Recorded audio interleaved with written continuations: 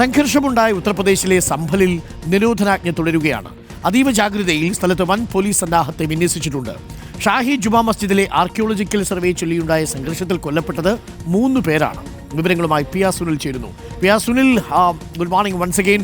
എന്നാൽ ഉത്തർപ്രദേശിൽ നിന്ന് വരുന്ന വാർത്ത അത്ര നല്ല വാർത്തകളല്ല. പ്രത്യേകിച്ച് ഷാഹി ജുമാ മസ്ജിദ് 16-ാം നൂറ്റാണ്ടിൽ ഉണ്ടായിരുന്ന ഒരു മസ്ജിദ്, അതിന് തൊട്ട് മുമ്പുണ്ടായിരുന്ന ക്ഷേത്രം എന്നുള്ള ഒരു സങ്കല്പത്തിൻ്റെ അടിസ്ഥാനത്തിലാണ് ജില്ലാ കോടതിയുടെ അനുമതിയോടുകൂടി അഭിഭാഷക സംഘം അവിടെ എത്തുന്നത്. പ്രതിഷേധമുണ്ടാവുന്നു. ആ പ്രതിഷേധത്തിൽ പോലീസ് ഒടുവിൽ വെടിവെപ്പിലേക്ക് എത്തുന്ന സാഹചര്യം, 3 ജീവൻ നഷ്ടപ്പെടുന്നു. ഇപ്പോൾ എങ്ങനെയാണ് ഈ സംഭാലിലെ സാഹചര്യങ്ങൾ? കാര്യങ്ങളൊക്കെ നിയന്ത്രണ വിധേയമാണോ?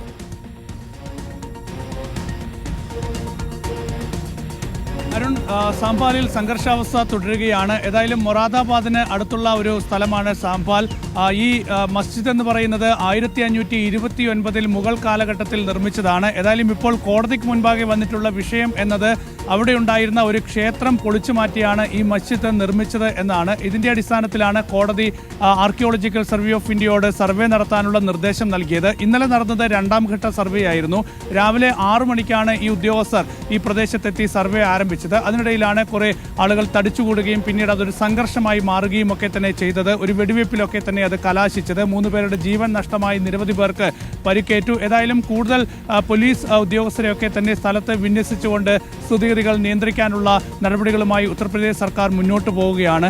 ഏതായാലും ഈ ഷാഹി ജുമാ മസ്ജിദ് എന്നത് അവിടുത്തെ ഒരു ജനങ്ങളുടെ വികാരത്തിൻ്റെ കൂടി ഭാഗമാണ്. ഏതായാലും ഇതൊരു വലിയ സംഘർഷത്തിലേക്ക്, അതല്ലെങ്കിൽ കൂടുതൽ മേഖലകളിലേക്ക് ഇതിൻ്റെ ഒരു അലയൊലികൾ ഉണ്ടാകാതിരിക്കാനുള്ള ശക്തമായ നടപടികൾ UP സർക്കാർ സ്വീകരിക്കുന്നുണ്ട്, പോലീസ് സ്വീകരിക്കുന്നുണ്ട്. നേരത്തെ ഗ്യാൻവാബി മസ്ജിദുമായി ബന്ധപ്പെട്ടും സമാന സാഹചര്യങ്ങൾ ഉത്തർപ്രദേശിൽ ഉണ്ടായിരുന്നു. അതിലും ഇപ്പോൾ ഈ പ്രദേശത്ത് സംഘർഷാവസ്ഥ തുടരുന്നുണ്ട്. നിരോധനാജ്ഞ പ്രഖ്യാപിച്ചിട്ടുണ്ട്. കുറച്ച് ദിവസങ്ങളിൽ കൂടി നിരോധനാജ്ഞ തുടരും.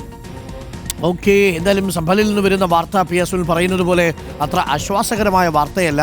എത്രയും പെട്ടെന്ന് കാര്യങ്ങൾ അവിടെ സമാധാനം പുനഃസ്ഥാപിക്കാൻ കഴിയട്ടെ. 3 പേരാണ് അവിടെ ഈ പോലീസിൻ്റെ വെടിവെപ്പിൽ കൊല്ലപ്പെട്ടത്. നമ്മൾ ഏതു കാലത്തേക്ക് പോയി ഏത് ആരാധനകളുടെ അടിയാധാരം എടുക്കും? ഒരു വലിയ ചോദ്യമാണ്. അപ്പോൾ നമ്മളുടെ ക്ഷേത്രങ്ങളുടെയും ആരാധനാലയങ്ങളുടെയും ഒക്കെ സംരക്ഷണം അതാത് ഭരണഘടന നിലവിൽ വന്നതിനു ശേഷം സ്റ്റാറ്റസ് കോ മെയിൻറ്റെയിൻ ചെയ്യണം എന്നുള്ളതാണ് നിയമപരമായിട്ടുള്ള ചട്ടം. പക്ഷെ അതിനെ മറികടന്നാണ് പലപ്പോഴും പല ആരാധനാലയങ്ങളും പരിശോധിക്കാൻ വേണ്ടി കോടതി ഉത്തരവുകളോടുകൂടി ആളുകൾ പോകുന്നതും തുടർന്ന് ആ പ്രദേശം മുഴുവൻ അവിടെ ഉണ്ടായിരുന്ന എല്ലാ സമാധാനവും സന്തോഷവും നഷ്ടപ്പെടുന്ന കാഴ്ചകളും നമ്മൾ കാണുന്നത്. സംഭലിൽ നിന്നുള്ള കാഴ്ചയും അതുതന്നെയാണ് ഇന്ന്